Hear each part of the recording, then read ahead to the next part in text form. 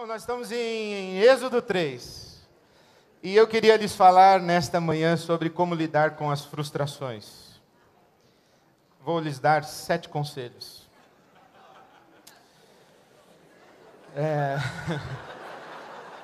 7 conselhos a respeito de como lidar com as frustrações. Estamos em Êxodo capítulo 3. E se você já achou aí a sua Bíblia, se você já achou na sua Bíblia o livro do Êxodo capítulo 3, eu peço que você mantenha a sua Bíblia aberta e nós vamos orar a Deus mais uma vez. Obrigado, Senhor, por esta manhã. Obrigado, Senhor. Obrigado, Senhor. Já temos recebido tanto das tuas mãos e pedimos, dá-nos também a tua palavra. Fala conosco. Move o nosso coração na direção da tua vontade. Leva-nos, Senhor, à tua vontade que é boa, perfeita e agradável. Fala conosco, Senhor. Te pedimos em nome de Jesus e para a tua glória. Amém.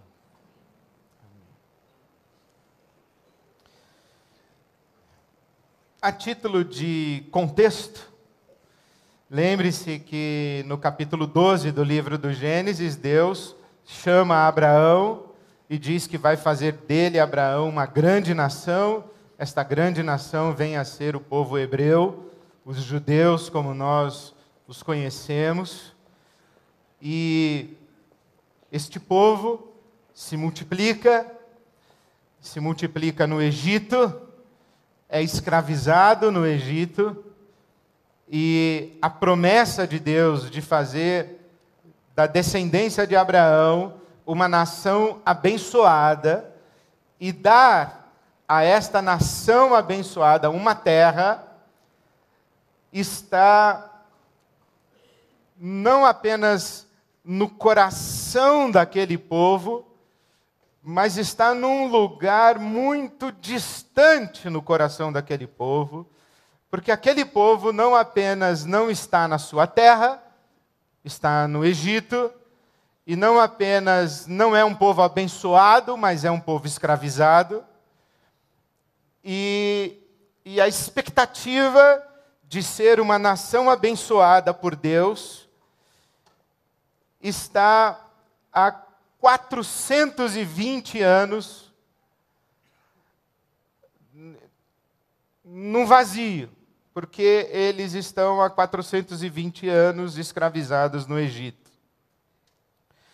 É nesse contexto que Deus fala com Moisés no deserto.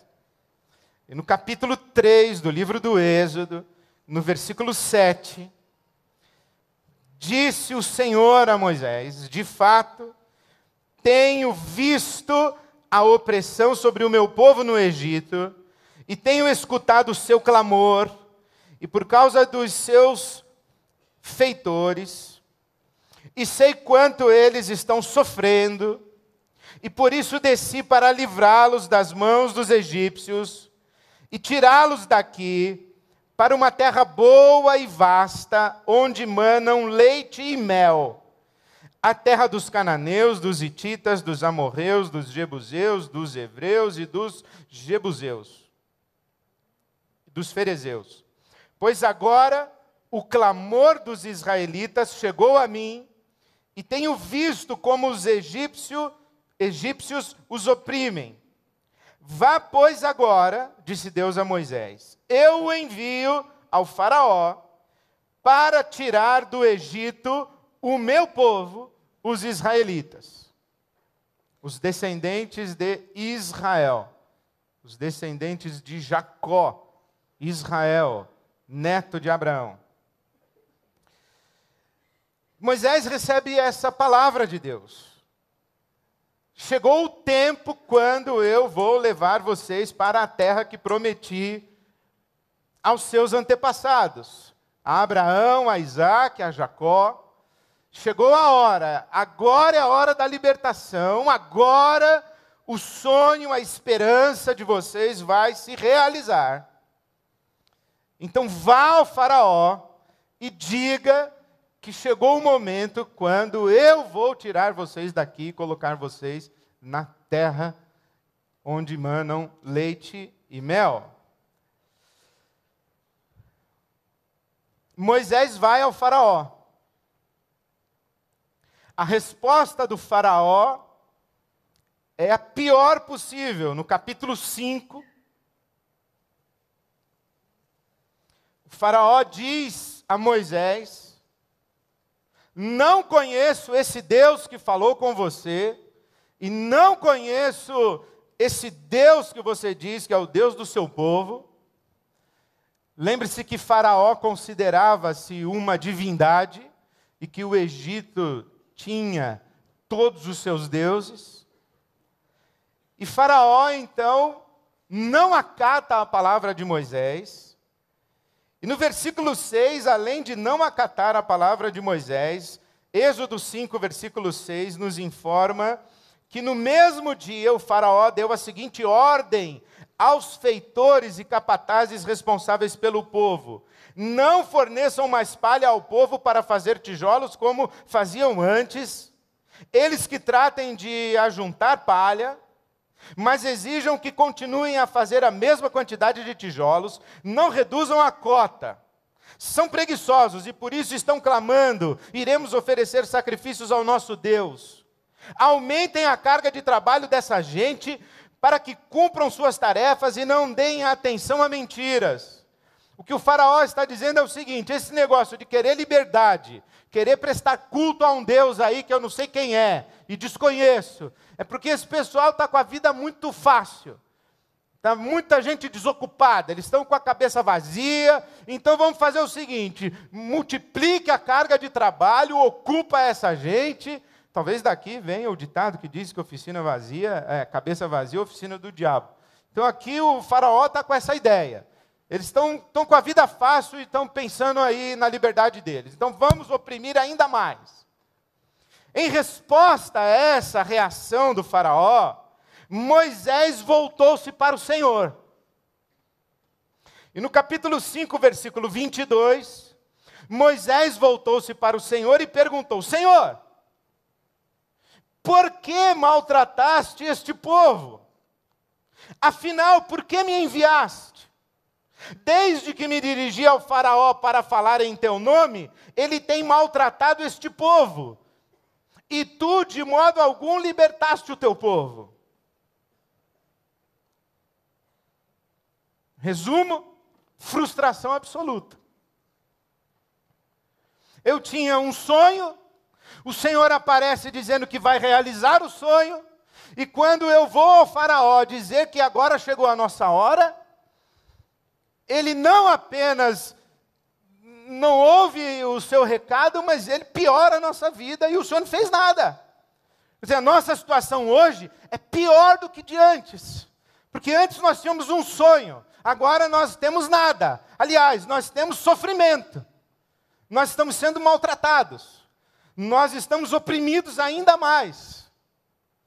Frustração. Frustração é o quê? É esse negócio que invade a gente quando a gente tem um sonho que não se realiza, quando o nosso castelo desmorona, quando um grande desejo de alguma coisa a se realizar para nós não se concretiza. Então a gente cai nisso que se chama frustração. Bom, o que a gente faz nessa hora aqui? O que a gente faz na hora da frustração? Eu imagino que todos nós aqui já tenhamos vivido, e provavelmente alguns de nós estejam vivendo o dia da frustração. O dia quando um castelo desmoronou. O que a gente faz? Sugestões a partir da leitura de Êxodo. Porque no capítulo 12, versículo 31, se diz que naquela mesma noite o faraó mandou chamar Moisés e Arão e lhes disse: saiam imediatamente do meio do meu povo, vocês e os israelitas vão prestar culto ao Senhor como vocês pediram, levem os seus rebanhos como tinham dito e abençoem a mim também. Só que entre Êxodo 3, de 7 a 10, e Êxodo 12, 31, há uma longa história. E é nessa longa história, entre Deus falar, Moisés, chegou o tempo de realizar o sonho, e o faraó realmente deixar o povo ir embora, há uma longa história. E é nessa longa história que a gente vai tentar entender como lidar com a frustração. 7 conselhos. Primeiro, seja razoável. Primeiro, no dia da frustração, seja razoável. O que é ser razoável? Pensar. Pense.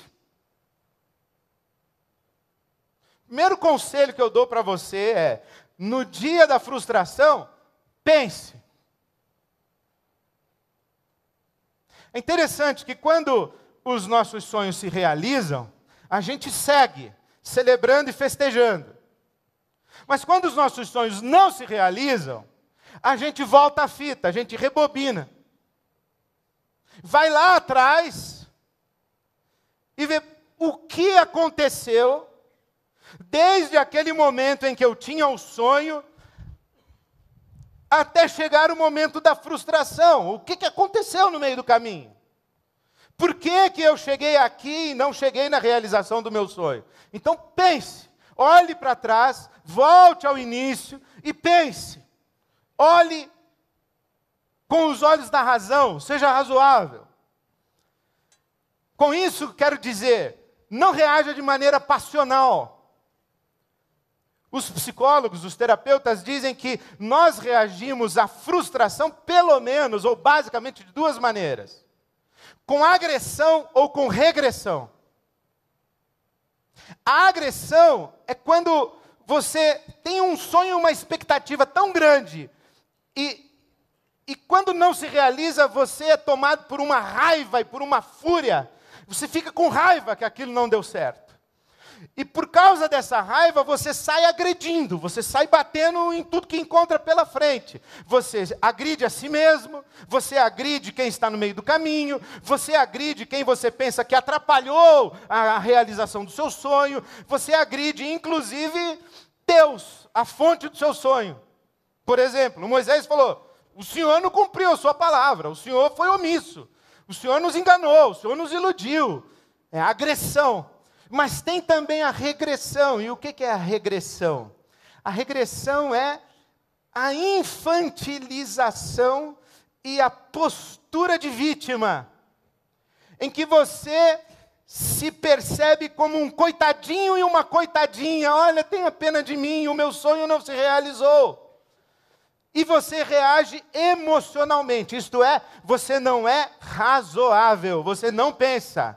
Você só sente e age e fala a partir do que você sente, mas você não pensa. Primeira coisa é pense. Volte a fita. Limpe as emoções, enxergue racionalmente. Considere a possibilidade do auto-engano. Esse é um livro que eu recomendo a todos os interessados em boa literatura e que gostam de ler. Auto-engano, de Eduardo Gianetti. Que, aliás, a Folha de São Paulo de hoje publica uma entrevista com o professor Eduardo Gianetti. O auto-engano é quando a gente deseja tanto que uma coisa aconteça, que a gente manipula todas as informações como se todas as informações nos fizessem acreditar que aquilo vai acontecer mesmo. Só que a maneira como nós manipulamos as informações, inclusive a maneira como nós selecionamos as informações, nós deixamos de prestar atenção nisso, prestar atenção naquilo, nós vamos fazendo uma caminhada seletiva e vamos separando das informações aquilo que nos interessa. E que dizem, as informações que dizem para a gente, olha, você vai realmente conseguir realizar o seu sonho. Olha, isso é de Deus mesmo. E aí você só ouve o que você quer ouvir. Porque você está tão obcecado pelo seu sonho que você não presta atenção na realidade.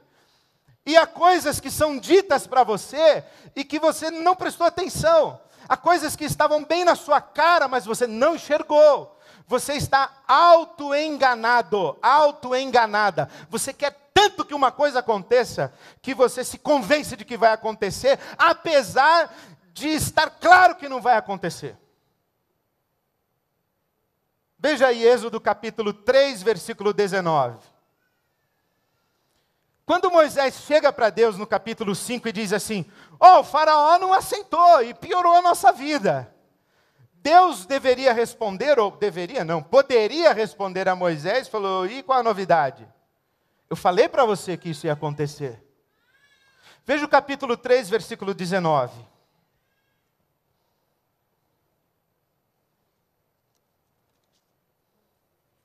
Eu sei que o rei do Egito não os deixará sair, a não ser que uma poderosa mão o force. E várias vezes, até chegar no capítulo 12, Deus diz a Moisés, eu endureci o coração do faraó. Ele não vai deixar você sair.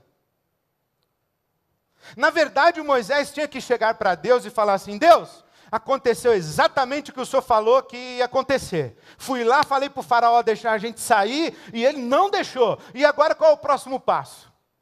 Mas não foi isso que o Moisés foi falar para Deus. Porque o Moisés não ouviu o 3,19. Ele só ouviu o chegou a hora. Agora é a hora do sonho. Eu vou libertar vocês, eu vou tirar vocês, vou levar vocês para uma terra maravilhosa. Agora vocês serão vitoriosos, agora vocês serão abençoados. Chegou a hora, eu vou fazer e acontecer aqui no Egito. O Moisés ouviu isso e foi embora. Ele não prestou atenção no 3,19. Quando ele chega para Deus, Deus fala assim, tudo sob controle, está acontecendo exatamente o que eu falei que ia acontecer, você que não prestou atenção. Por quê? Porque quando a gente é obcecado por um sonho, a gente não é razoável. A gente não pensa. A gente é tomado por uma paixão arrebatadora e a gente só enxerga aquilo ali. Então, no dia da frustração, meu querido, minha querida, pare e pense. Veja o que você deixou passar. Recorde as informações. Olhe a realidade sem passionalidade. Sem a paixão da obstinação pela realização do seu sonho. 2.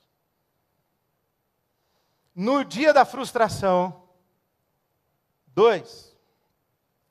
Certifique-se da legitimidade do seu sonho e veja se é realmente algo em que Deus está comprometido.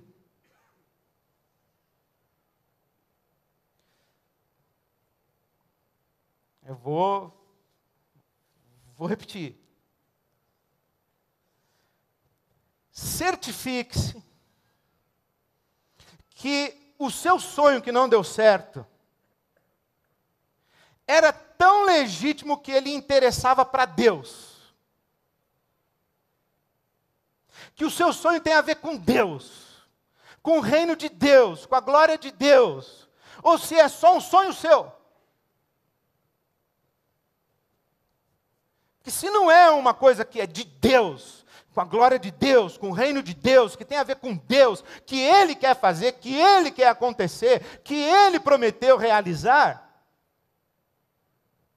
então não vá perguntar para Deus por que deu errado, e por que o Senhor não fez, porque corre o risco de Deus falar para você, eu nunca falei que ia fazer, eu nunca prometi para você fazer isso, por que você está reclamando comigo? Não tenho nada a ver com isso, isso é coisa tua. Não adianta sentar na bola para fazer oração. Deus não tem nada a ver com isso. Deus não tem nada a ver com isso. Aqui, no caso de Moisés, Deus era a fonte do sonho. Ele estava lá no deserto e Deus foi lá falar com ele. Ei, Moisés, vai lá falar com o faraó. O Moisés até diz assim, pô, eu não quero ir não. Não, mas eu estou mandando você ir. Bom, então, eu vou fazer o que o Senhor mandou eu fazer. O grande problema é que a gente luta com Deus a respeito de coisas que Deus não tem nada a ver. É a gente que quer, não é Ele que quer. Capítulo 6, versículo 1, o Senhor diz a Moisés, agora você verá o que eu vou fazer ao faraó, e por minha mão poderosa, ele os deixará ir, por minha mão poderosa, ele os expulsará do seu país. O que Deus diz para Moisés é o seguinte, Moisés, não apenas o faraó vai deixar vocês irem, mas ele vai implorar para vocês irem embora. Você pode ficar tranquilo que eu vou fazer isso. Considere, no dia da frustração, a possibilidade de que a não realização do seu sonho é que tenha sido a grande bênção. Porque se não é uma coisa que tem a ver com Deus, tem a ver com você, e não tem nenhum problema que você tenha sonhos que não tem nada a ver com Deus, ou que Deus não mandou você fazer, ou que você tenha desejos, expectativas, tenha ambições na sua vida que não nasceram de Deus, nasceram do seu coração. É legítimo a gente sonhar, é legítimo a gente desejar, é legítimo a gente ambicionar, é legítimo a gente querer mais, é legítimo. Agora, a gente só não pode acreditar que tudo que a gente quer, Deus tem que patrocinar. E que quando não se realiza, a culpa é de Deus. Por que que Deus não fez isso comigo? Ou por que que Deus fez assim ou assado? Então, o meu conselho para você é, certifique-se de que o seu sonho é realmente legítimo a ponto de você invocar o nome de Deus para que ele seja realizado.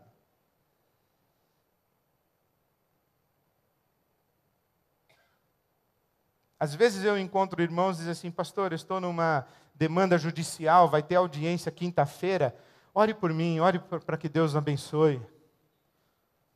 Minha vontade é responder, não, eu vou orar para Deus fazer justiça, pode ser que você tome um ferro. Mas a gente pensa isso, é que Deus é o patrocinador das coisas que a gente deseja que aconteçam.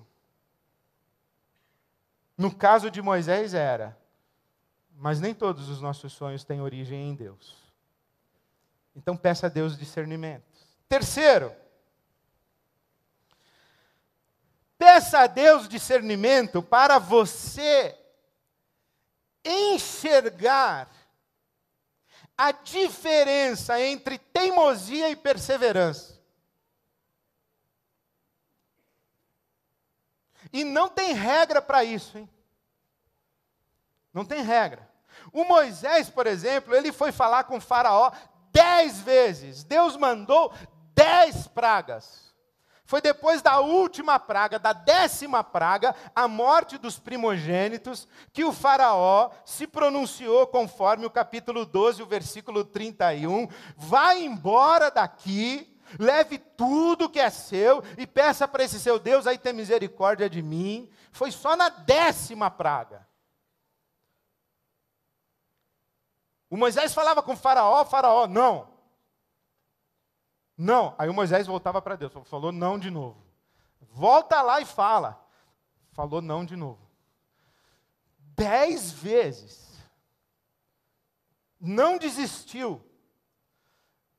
O Moisés poderia falar, Deus, se em 7 pragas não resolveu, não resolve mais. Pode tomar 8, 9, 10, não vai resolver.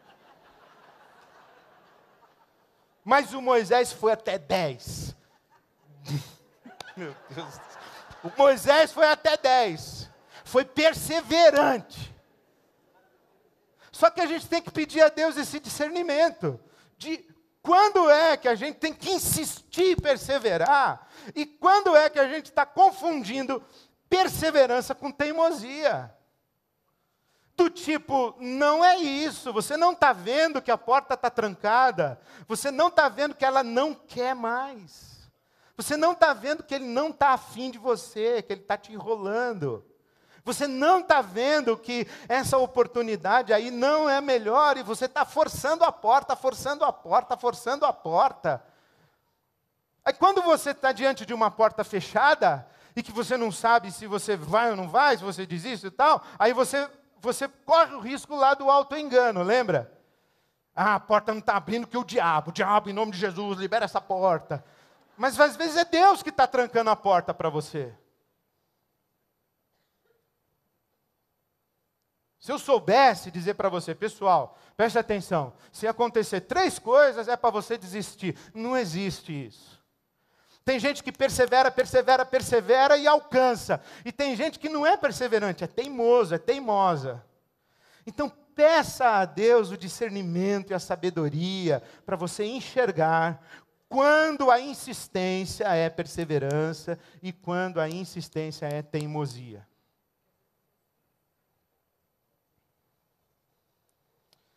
Quatro,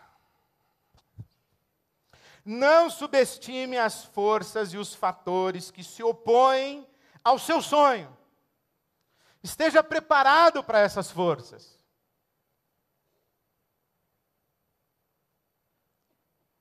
Ora, o Martin Luther King disse o seguinte, que ninguém doa poder.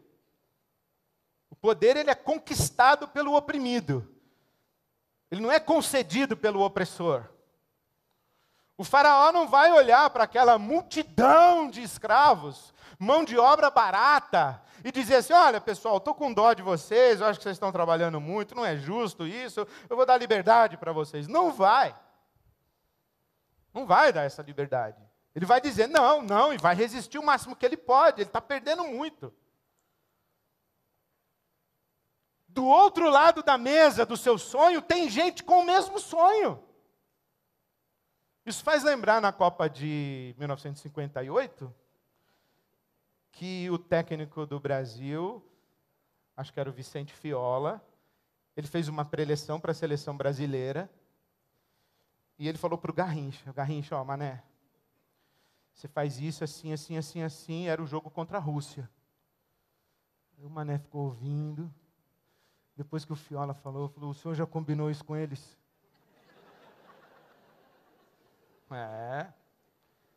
Porque do outro lado tem um time. Não é só o que a gente quer. Tem o que os outros querem. Tem aqueles que perdem com a realização do nosso sonho. Tem aqueles que desejam a mesma coisa que a gente deseja. Tem os nossos adversários. Tem os nossos inimigos. Tem os nossos opositores. Tem aqueles que nos odeiam, estão interessados no nosso fracasso. Tem aqueles que nos sabotam. Tem aqueles falsos amigos. Tem os traidores no meio do caminho. Tem um monte de coisa que se opõe. Tem a realidade do mercado, tem o preço da passagem, tem o número de vagas na universidade, tem o parecer técnico do fiscal, ou seja, tem um monte de coisa no meio do caminho. Não subestime os fatores e as forças que se opõem à realização do seu sonho. Quando o Moisés volta para Deus e falou, Deus, o faraó não deixou não. Deus podia falar, e tu acha que ele ia deixar assim? Tu acha que ele não ia resistir? Ô Moisés, ô.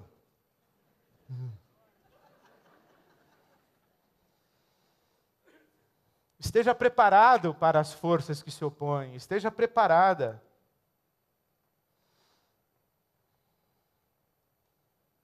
Por isso é que tem que ter planejamento, por isso é que tem que ter uma avaliação das variáveis, por isso é que tem que se antecipar. O que é administrar e gerir? É antever dificuldades para prover soluções. Não é assim, vai lá Moisés e fala, aí eu levanto e vai lá e fala, não. Como é que eu vou falar? Que dia que eu vou? O que ele pode dizer? O que pode dar errado? Se isso aqui der errado, o que eu faço? Se aquilo ali der errado, o que eu faço? Se não tiver,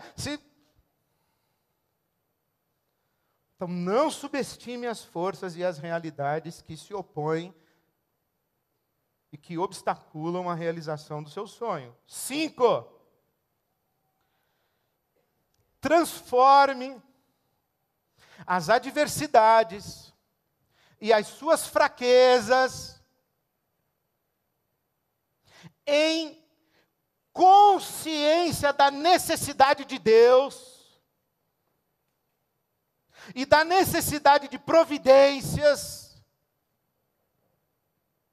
em vez de transformar as adversidades e as fraquezas em desculpa para desistir, se omitir e abandonar o sonho. Quando a gente vai tomar decisões, pelo menos é um método simples que a maioria das pessoas usa, é pegar uma folha e falar os prós e os contra.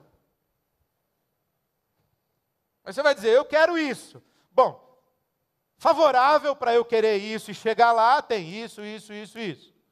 Agora, contra. Isso. Ah, não é para ir não. Não necessariamente.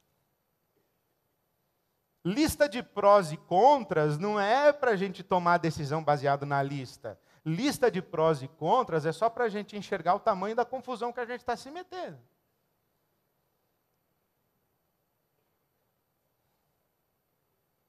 Lembra que eu contei de 94, quando nós mudamos, a gente tinha uma receita de 10 mil para pagar um aluguel de 11 mil? A lista de contras era maior.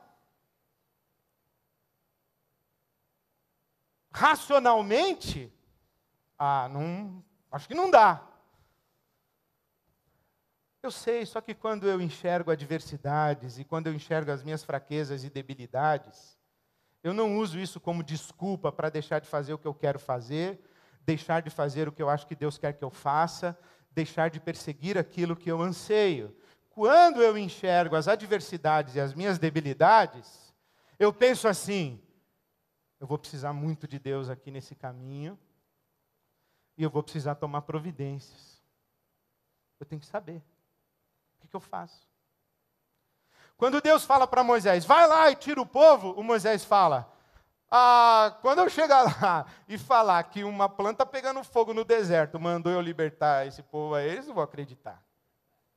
Você vai desculpar a divindade, mas eu vou chegar lá, o senhor quer que eu fale para o faraó que uma planta pegando fogo no deserto mandou eu libertar os escravos dele.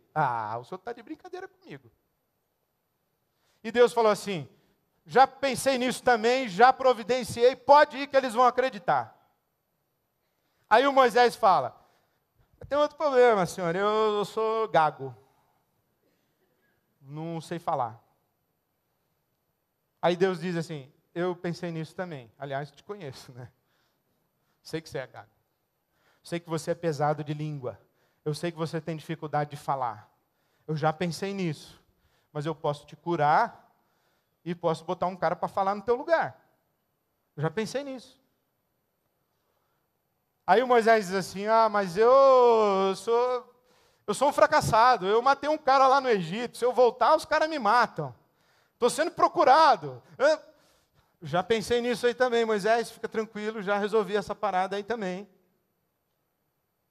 Isto é, as adversidades, as debilidades, não são necessariamente para a gente desistir. A consciência das adversidades e das debilidades traz para nós a realidade do quanto nós precisamos de Deus e traz para nós a revelação das providências que a gente tem que tomar. Então, transforme as suas adversidades e as suas debilidades e fraquezas em consciência da necessidade de Deus e não em desculpas para a sua omissão e o seu fracasso. 6. Prepare-se para a solidão, mas escolha a solitude. Qual a diferença entre solidão e solitude? Solidão é quando você fica sozinho e sozinha, contra a sua vontade, todo mundo te abandonou. E solitude é quando você voluntária e conscientemente se retira. Então, o meu conselho para você é: prepare-se para a solidão, porque a turma vai te abandonar. Mas escolha a solitude. Capítulo 6, versículo 9. Moisés declarou isso aos israelitas, mas eles não lhe deram ouvidos por causa da angústia e da cruel escravidão que sofriam. Olha que interessante, o Moisés chega lá e fala assim: pessoal, todo mundo escravo aí, ó, presta atenção, Deus vai tirar a gente daqui. Eu vou lá falar com o faraó agora, pode arrumar a mala que nós estamos saindo. Aí ele vai falar com o faraó diz que não, oprime mais ainda, mais trabalho, desce o chicote neles. Aí o Moisés volta e fala: ó, você que deu errado, mas falei com Deus, ele está no controle, falou que está sabendo o que está acontecendo, já sabe o que vai fazer, fica com a mala pronta aí, que nós vamos embora. Aí o povo todo olhou para o Moisés e falou: bah, você é um louco. Ó o nosso trabalho aqui, ó a nossa escravidão, você estragou a nossa vida, você piorou a gente. Todo mundo deixou Moisés sozinho. Entretanto, entre o capítulo 5, versículo 22, e o capítulo 12, versículo 31, Deus fala com Moisés mais de 20 vezes. E se você ler a sua Bíblia entre Êxodo 5, 22 e Êxodo 12, 31, você vai encontrar Moisés falando, buscando, perguntando, orando e clamando a Deus. Ele ficou na solidão porque o povo foi embora. Mas ele falou: solidão é uma coisa, retirada consciente e voluntária para buscar a Deus, clamar a Deus, orar, perguntar coisas, ouvir o que Ele está me dizendo, é diferente. Então prepare-se para a solidão. No dia da frustração não vai faltar gente dizendo para você: não te falei? Está vendo como você é teimoso? Está vendo como você é teimosa? Estava na cara. Ah, não ia dar certo. Estava na cara. Você é sempre assim. Você não escuta ninguém. Tem já o pessoal que já está torcendo para dar errado. Aí dá errado, aí é festa. Já está torcendo para dar errado. E dá errado, aí pode se preparar para o chumbo. E há um momento quando você vai ficar realmente você e o seu sonho. Seu marido não acredita, sua mulher não acredita, seu pai não acredita, sua mãe não acredita, ninguém acredita. Não tem problema. No dia da frustração, é assim mesmo. Aí você faz o quê? Retire-se estrategicamente e fala: Deus, eu tenho umas perguntas para fazer para o Senhor. Deus, eu tenho um clamor para colocar diante do Senhor. Eu preciso ouvir a Tua voz, eu preciso que o Senhor fale comigo, eu preciso que o Senhor me dê os próximos passos. Eu preciso adquirir perspectiva. O que a oração faz com a gente? A oração e a busca de Deus nos devolve ao lugar da serenidade, da paz. Nos devolve ao lugar da lucidez. Nos revela a situação para a gente adquirir perspectiva, enxergar o que antes não enxergava. A oração é esse lugar em que Deus renova o nosso ânimo. A oração é esse lugar onde Deus segreda para nós a sua vontade, onde Ele nos consola. É o lugar onde Ele fala também. Então prepare-se para a solidão, mas retire-se estrategicamente. E lembre-se que mesmo na hora da sua solidão, existe o Arão. É impressionante isso, como Deus coloca do nosso lado pessoas que não nos abandonam nem no dia da frustração, nem no dia do fracasso do sonho. A gente precisa discernir quem são essas pessoas. Quem são as pessoas que Deus colocou ao nosso lado desde o primeiro momento do sonho? estiveram presentes com a gente. Veja que interessante, né? O povo não assistiu nenhuma conversa entre Moisés e o faraó.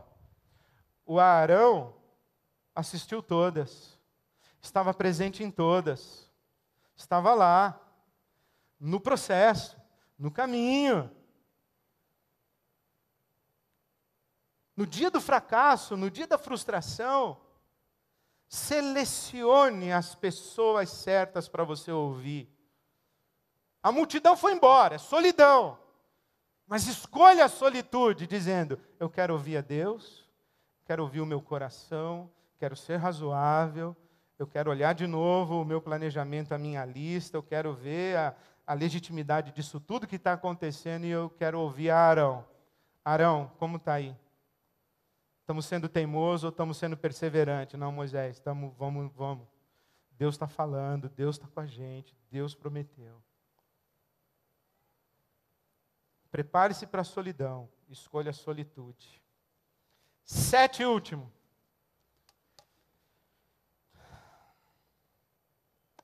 Confie na promessa incondicional. Há uma coisa que você precisa confiar. Se o seu sonho é legítimo, se ele não é legítimo. Se você está com a razão ou se você não está com a razão. Se você tem a informação certa ou não tem a informação certa. Se você tomou a decisão certa ou se você tomou a decisão errada. Se você está sendo teimoso ou se está sendo perseverante. Se você está do lado dos bandidos ou se você está do lado dos mocinhos. Tem uma coisa que independe de qualquer coisa. Se você tem fé ou não tem fé. Se você está com esperança ou sem esperança. Se você está com força para reagir ou sem força para reagir. Se você tem dinheiro ou se você não tem dinheiro. Se a multidão foi ou a multidão ficou. Se o faraó é que está certo. Se o juiz é gente boa, se o juiz é comprado ou é vendido, se o juiz é nosso ou se o juiz é deles. Independe, tem uma coisa que é uma verdade absoluta e incontestável, que nós que somos filhos de Deus precisamos confiar. E eu posso dar o meu testemunho de quantas vezes eu me ajoelhei em lágrimas e falei, Deus, eu não sei mais nada, não confio em mais nada, em mais ninguém, nem em mim, nem no que eu vi, nem no que eu sonhei, nem no que eu pensei, nem no que eu acreditei, não no que eu achava, nada, eu não sei mais quem é meu conselheiro, quem não é, eu não sei mais se o que me disseram foi bom ou se foi ruim, eu não sei mais se o que aconteceu foi bom ou se foi ruim, eu não sei mais se foi o diabo que atrapalhou, se foi o Senhor que destruiu, se o castelo caiu porque é culpa minha, eu não sei mais nada, não sei nada, mas uma coisa eu sei. Uma coisa eu sei, é que o Senhor me prometeu e é por isso que eu estou de joelhos aqui. Uma coisa eu sei que o Senhor está comigo. Talvez a expressão mais importante que o Moisés deveria ter sublinhado na conversa dele com Deus, tivesse sido Êxodo 3, 12. Deus afirmou a Moisés, eu estarei com você. Eu estarei com você. Sua casa caiu. Seu casamento acabou. O diagnóstico foi o pior possível. O seu filho está longe. O seu trabalho é péssimo. Você cometeu erros no passado. Você mesmo destruiu o seu castelo. Não interessa. O que interessa? E se você esquecer os outros 6, esquece. Fique só com esse. Confie na promessa incondicional. E a promessa incondicional é Deus dizendo para nós, eu estarei com você. E se não der certo, eu estarei com você. E se der certo, eu estarei com você. E se o exame der negativo, eu estarei com você. E se o exame der positivo, eu estarei com você. E se eu conseguir a vaga, eu estarei com você. E se eu não conseguir a vaga, eu estarei com você. E se eu for demitido, eu estarei com você. E se eu for promovido, eu estarei com você. E se ela disser sim, eu estarei com você. E se ela disser não, eu estarei com você. E se o bebê nascer, eu estarei com você. E se a gente perder o bebê, eu estarei com você. Eu estarei com você. E se eles meterem 7, eu estarei com você. Eu estarei com você. Essa é a nossa promessa incondicional. Eis que estou convosco todos os dias até a consumação dos séculos. Eis que estou convosco. Eu estarei com você. Apesar de tudo e de todos.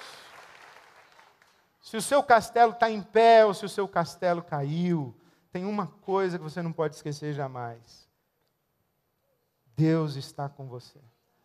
Porque se o seu castelo está em pé, mas Deus não está com você, de nada vale o castelo. Agora, se o seu castelo caiu e Deus está com você, a gente faz outro castelo. A gente começa de novo. A gente substitui o sonho. A gente recebe forças onde a gente já não imaginava que teria condição de receber forças. Porque Deus está com a gente. Eu estarei com você. Por isso eu queria convidar você a colocar diante de Deus o seu coração, os seus sonhos, as suas expectativas de futuro, os seus castelos desmoronados. Essa é a hora de você escolher no meio da multidão a solitude. E de falar assim: Deus, obrigado pela tua palavra dessa manhã. É hora de eu falar contigo, Senhor. Fala comigo. E as meninas vão nos abençoar de novo, falando para nós do doce nome, do nome bom, da nossa esperança de futuro. Porque onde está Jesus, há promessa de futuro e há esperança. Então hoje nós vamos terminar diferente a nossa celebração. Você em oração, as meninas falando para nós do doce nome e do nome bom e da fé. E você, ao final dessa canção, agradeça a Deus, diga obrigado, Senhor. E você se levanta, abraça todo mundo que você tiver que abraçar e vai embora.